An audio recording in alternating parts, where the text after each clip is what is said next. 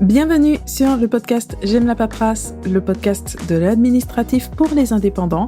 Aujourd'hui, on va s'adresser particulièrement aux créateurs d'entreprises, aux futurs créateurs d'entreprises qui souhaitent se lancer en micro-entreprise.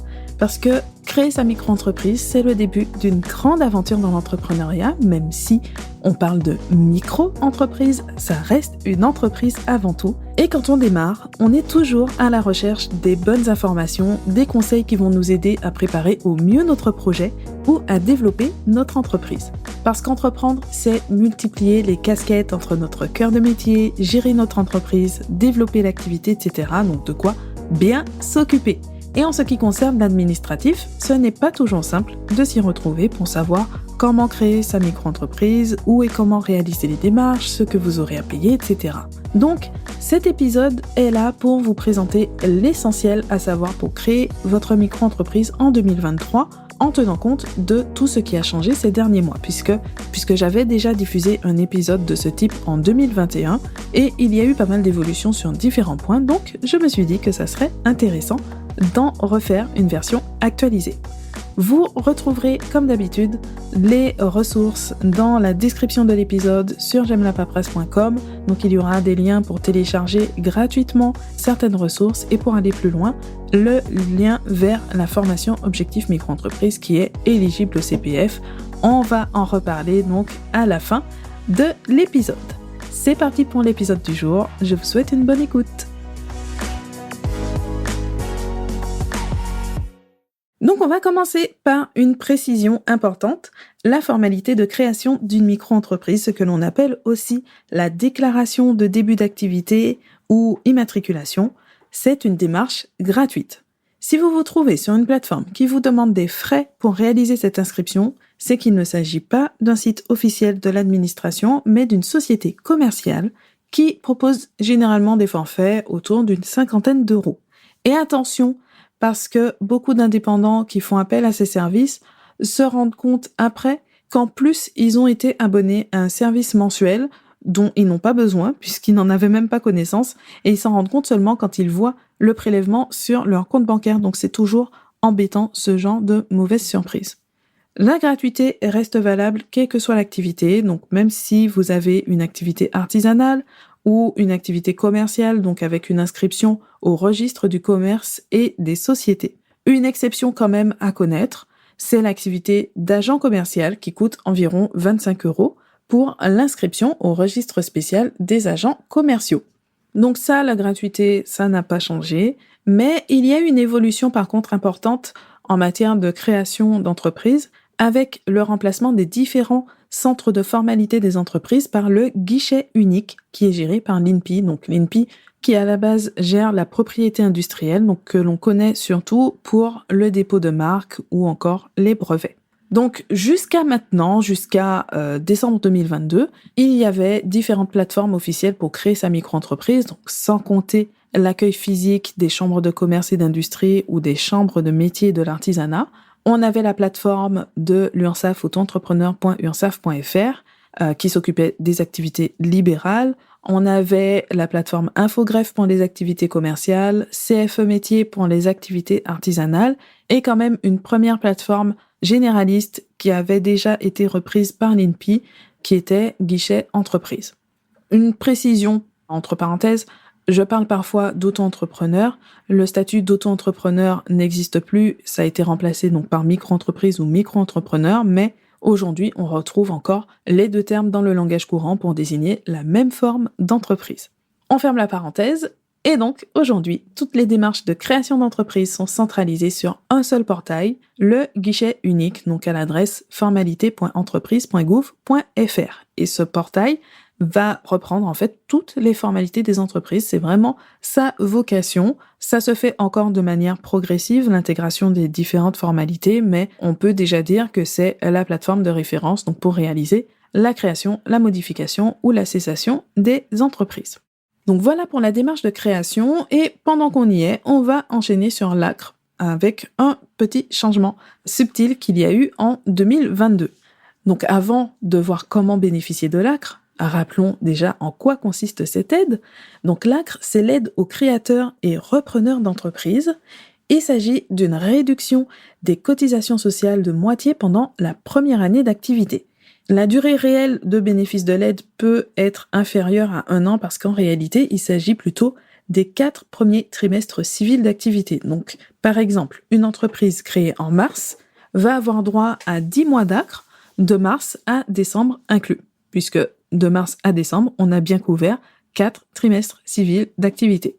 Les taux de cotisation sociale ont baissé en octobre 2022, donc en pratique, ça donne un taux de 6,2 au lieu de 12,3% pour les activités de vente. Donc le premier taux, c'est celui avec l'ACRE, et le deuxième, c'est le taux normal, donc une fois qu'on n'a plus l'ACRE ou si on n'en a pas bénéficié, le taux normal par rapport à la catégorie d'activité. Donc on a dit 6,2 et 12,3% pour les activités de vente. Pour les prestations de services, donc c'est 10,6% avec l'ACRE au lieu de 21,1 ou 21,2% sans ACRE. Comme toujours, ces pourcentages s'appliquent sur le chiffre d'affaires hors taxe et sans déduire les moindres frais. Maintenant, donc les modalités d'attribution, elles sont les mêmes depuis 2020. L'ACRE va être attribué automatiquement à tous les créateurs d'entreprises, sous réserve quand même de ne pas en avoir bénéficié au cours des 3 années précédentes, sauf en micro-entreprise. En micro-entreprise, on a gardé des critères. Il faut absolument remplir un des critères d'attribution pour avoir droit à l'ACRE. Donc ça couvre différentes catégories de créateurs d'entreprises. On ne va peut-être pas tout citer là dans l'épisode, mais vous avez la liste complète dans la transcription de l'épisode, donc sur le site j'aime-la-paperasse.com.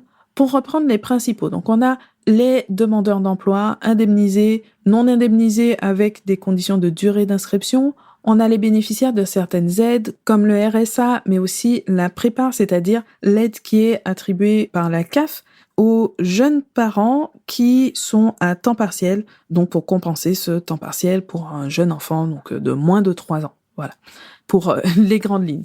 On a aussi des critères d'âge, ça peut être le simple fait d'avoir moins de 26 ans, moins de 30 ans avec un handicap reconnu, ça peut être aussi l'implantation dans certains quartiers donc qui sont qualifiés de quartiers prioritaires de la politique de la ville. Donc voilà pour les grands critères, mais je vous invite vraiment à voir la liste complète qui vous permet de voir si vous remplissez un des critères. Ce qui a changé en 2022, c'est que la demande d'ACRE doit être déposée en même temps que la formalité de création d'entreprise. Donc c'était déjà possible, maintenant c'est obligatoire, parce que le délai de 45 jours qui existait pour déposer sa demande a été supprimé. Donc ça c'est vraiment le changement subtil qu'il y a eu en cours d'année 2022. Attention donc à bien réaliser la demande d'aide immédiatement parce qu'une demande hors délai, c'est un motif de refus. Donc, vous avez créé votre entreprise, vous avez fait les démarches donc pour bénéficier de l'ACRE. Après, une fois que l'entreprise se développe, une question qui va se poser, c'est la question des limites. Parce que la micro-entreprise, elle a quand même la particularité d'être une entreprise individuelle avec un fonctionnement très simplifié et allégé. Et forcément, ça comporte des limites. Et la principale, ça va être celle du chiffre d'affaires autorisé pour rester en micro-entreprise. Les principaux chiffres à connaître pour les années 2023, 2024 et 2025. Ça va être 77 700 € en prestations de services ou 188 700 € pour les activités de vente. Donc aujourd'hui, il y a quand même de la marge pour rester en micro-entreprise.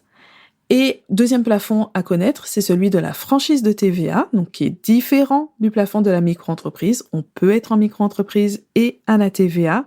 Et donc, il est de 36 800 € pour les prestations de services et 91 900 € pour les activités de vente.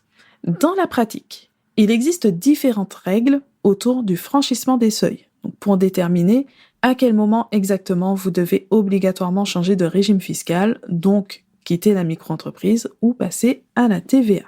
Si on prend par exemple le plafond de la micro-entreprise, il y a une tolérance de 2 ans. On a l'obligation de quitter le statut entre guillemets, seulement après 2 années consécutives de dépassement, donc soit en passant au réel, donc un simple changement fiscal, et en restant à ce moment-là en entreprise individuelle, soit en passant en société.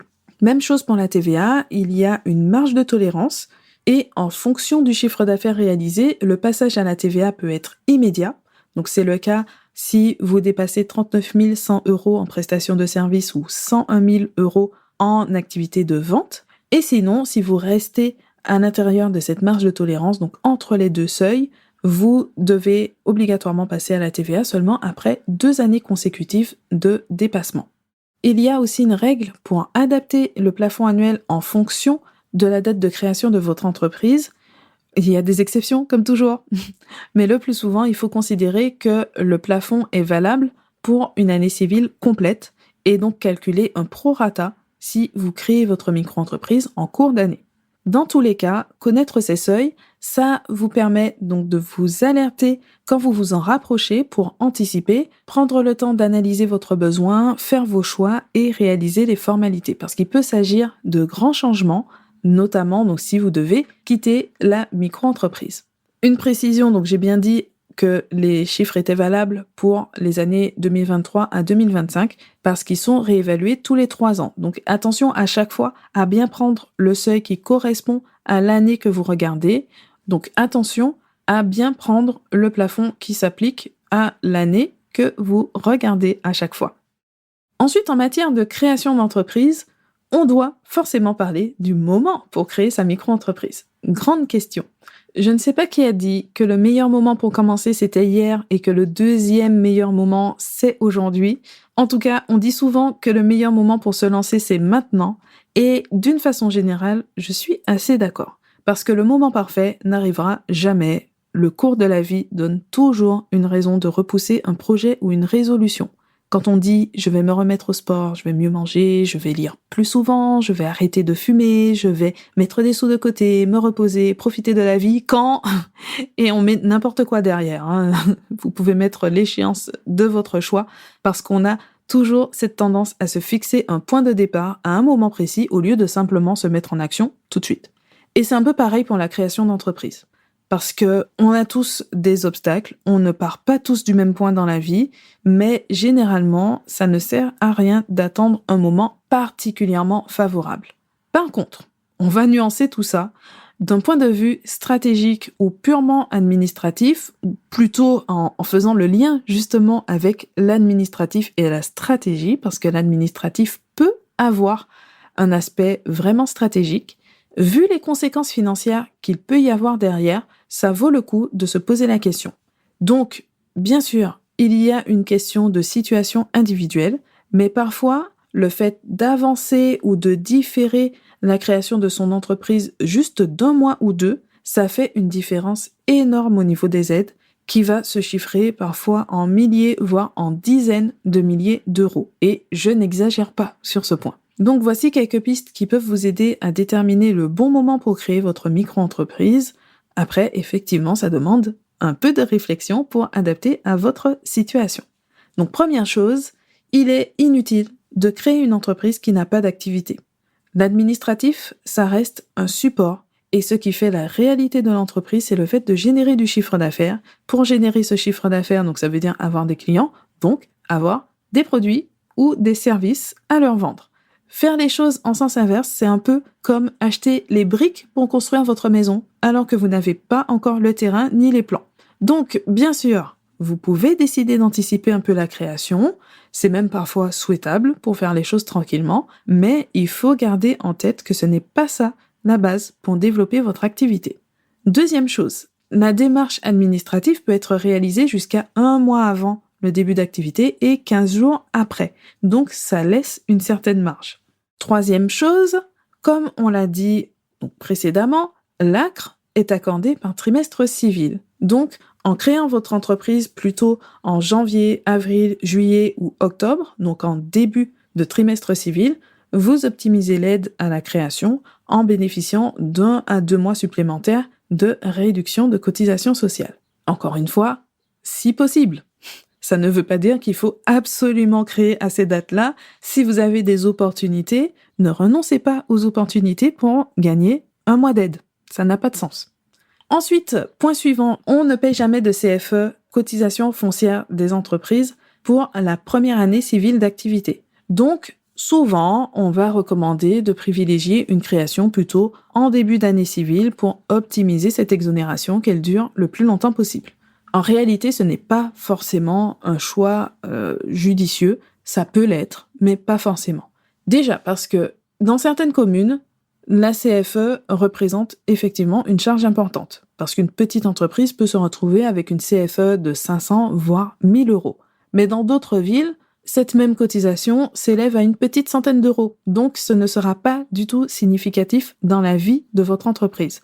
Et dans tous les cas, on est exonéré en cas de chiffre d'affaires inférieur à 5000 euros, avec un décalage en plus entre l'année qu'on va regarder pour déterminer l'exonération et le moment où on en bénéficie. Bon, sans trop entrer dans les détails, ça veut dire que parfois, finalement, une création en fin d'année, ce n'est pas si déconnant. Et si on se retrouve obligé de choisir entre obtenir l'ACRE, optimiser l'ACRE ou obtenir une année supplémentaire sans CFE, en général, on est plutôt gagnant avec l'ACRE. Voilà, je pose ça là, parce que c'est l'inverse du conseil qu'on lit, qu'on entend, mais c'est simplement parce que c'est un raccourci et aussi parce que c'est quelque chose qu'on a dit et répété avant qu'il y ait cette exonération, avant que les règles changent. Et donc parfois, quand les règles changent, il faut regarder un petit peu la stratégie, si on peut l'adapter et est-ce que ça pourrait devenir un atout, en tout cas, est-ce qu'on doit ajuster par rapport à cette donnée supplémentaire. Voilà. Ensuite, dernier point par rapport au moment pour créer votre entreprise. Si vous allez bénéficier de l'allocation chômage, la date de création d'entreprise aura un impact très très important selon que vous créiez votre entreprise avant ou après avoir quitté votre travail. Ça, c'est un des facteurs les plus importants si vous vous trouvez dans cette situation parce qu'il va agir directement sur le montant d'allocation chômage que vous allez percevoir chaque mois et aussi sur la possibilité de percevoir l'allocation chômage sous forme d'un capital au lieu du versement mensuel. Mais j'ai encore lu aujourd'hui, donc pour recevoir toutes vos allocations sous forme d'un capital versé en une ou deux fois, non, c'est pas toutes les allocations, c'est la moitié. Donc il y a une vraie réflexion derrière, là encore, pour savoir ce que vous privilégiez en fonction de votre situation, de votre projet, etc. C'est quelque chose à vraiment étudier. C'est un point entier que je vois en formation parce que ça demande de faire des simulations et de se projeter vraiment pour savoir ce qui est le plus favorable entre la totalité mais sur une très longue période, totalité éventuellement, parfois c'est rien du tout sur cette très longue période, ou d'autres fois ça va être la moitié mais versée sur une période d'à peu près 6 mois. Donc sans détailler plus ce point, c'est pas quelque chose qu'on peut dire d'une manière très générale, mais qu'il faut vraiment étudier au cas par cas.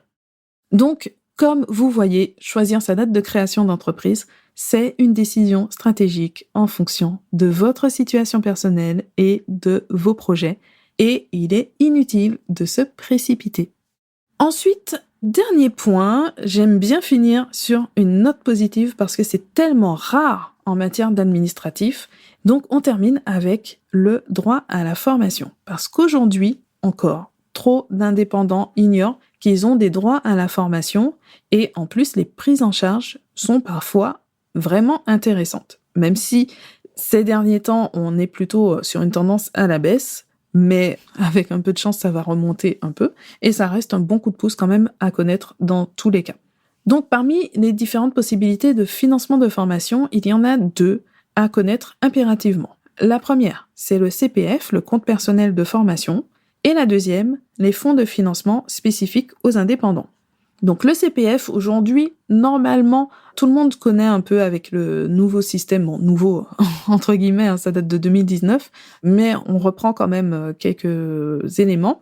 Le CPF, avant, il était réservé aux salariés, mais les indépendants ont commencé à acquérir des droits sur leur CPF depuis 2018 et dans la pratique, donc depuis 2020, peuvent utiliser ces droits. Donc ça déjà, c'est un point important. Oui, on continue à acquérir des droits au CPF en tant qu'indépendant.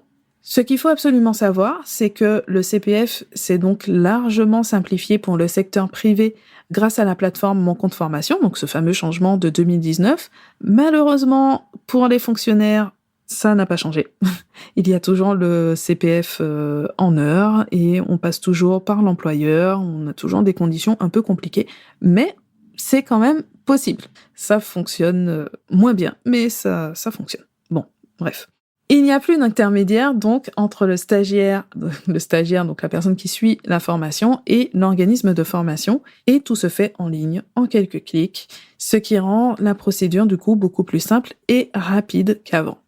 Une pensée pour ceux qui ont essayé de mobiliser leur CPF avant 2019, c'était très compliqué. Donc aujourd'hui, que vous soyez salarié du privé ou travailleur indépendant, vous avez droit à une enveloppe de 500 € par an créditée sur votre CPF, voire 800 € si vous n'avez aucun diplôme supérieur ou égal au bac. Cette somme va se cumuler d'année en année jusqu'à un plafond de 5 000 € ou 8 000 € pour les moins diplômés. Et la seule condition pour cumuler ces droits, c'est de cotiser. C'est-à-dire, pour les indépendants, de générer du chiffre d'affaires, donc là, les indépendants en micro-entreprise, même s'il s'agit d'un faible montant, et être à jour de ces cotisations sociales. Après, l'avantage majeur du CPF par rapport aux autres types de financement, c'est vraiment sa souplesse, la facilité de mise en place, et il évite toute avance de frais.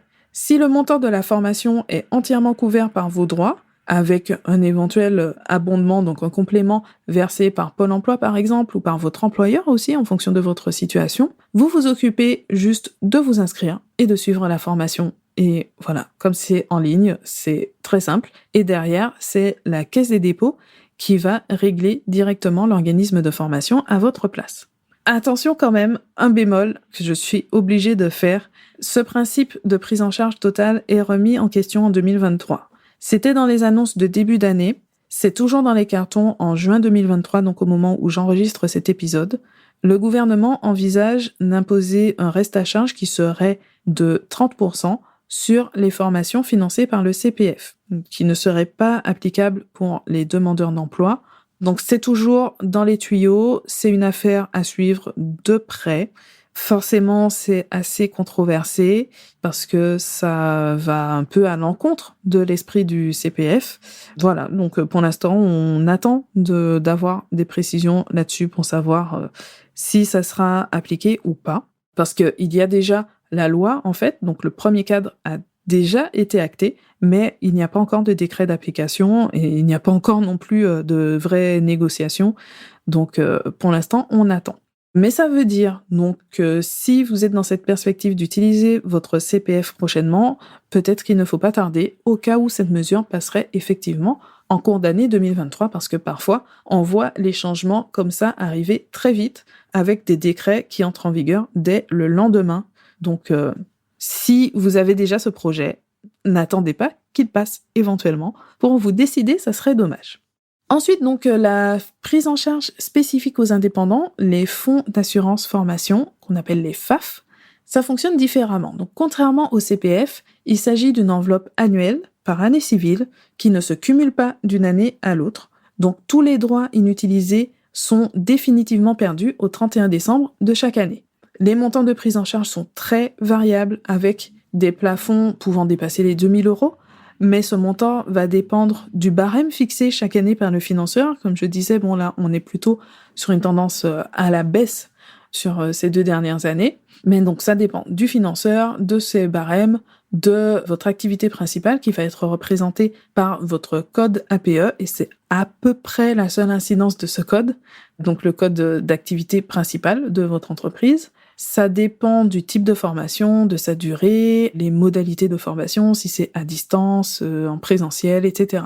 Pour les micro-entrepreneurs, les organismes de financement à connaître sont le FAFCA pour les artisans, l'AGFIS pour les commerçants et le FIFPL pour les activités libérales.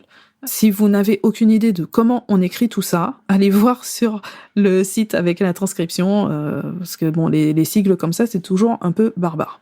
Dans tous les cas, vous retrouvez l'organisme auprès duquel vous avez cotisé sur votre attestation de contribution à la formation professionnelle, donc CFP, que vous pouvez télécharger sur votre espace URSSAF à partir du mois de février en général, chaque année, donc pour l'année précédente. Donc là, février 2023, tout le monde a pu télécharger son attestation pour la cotisation 2022. Et bonne nouvelle pour finir, la formation Objectif Micro-entreprise est éligible aux différents financements, dont le CPF, et j'ai même eu la joie de valider l'inscription d'une fonctionnaire qui utilisait son CPF public. Donc, comme je disais, c'est compliqué, ça ne marche pas à tous les coups, on en est bien conscient, je pense que tous les agents de la fonction publique sont conscients que ça peut être compliqué à mettre en œuvre, mais ça dépend en réalité beaucoup de votre employeur, des ressources humaines, etc. Donc, dans d'autres cas, ça marche très bien et en plus, là, sur cette inscription, ça a été vraiment très fluide. Donc, ça vaut le coup de tenter dans tous les cas et pour tous les autres donc, qui sont dans le secteur public, vous allez directement sur mon compte formation. Avant de partir, quelques ressources pour aller plus loin. Vous avez les liens dans la description de l'épisode et sur j'aimelapaperasse.com. Vous pouvez télécharger gratuitement l'e-book Kit de lancement spécial micro-entreprise, donc un condensé de conseils pour vous aider à vous lancer. La checklist pour créer sa micro-entreprise, donc là c'est vraiment ciblé sur les formalités autour de la création. Et bien sûr donc la formation Objectif Micro-entreprise parce que ce n'est pas toujours simple de trouver une formation précise sur mon compte formation. Et quelque chose me dit que c'est peut-être le moment pour vous de reprendre le contrôle sur l'administratif de votre micro-entreprise. Merci d'avoir écouté cet épisode jusqu'au bout. On se retrouve très bientôt pour un nouvel épisode.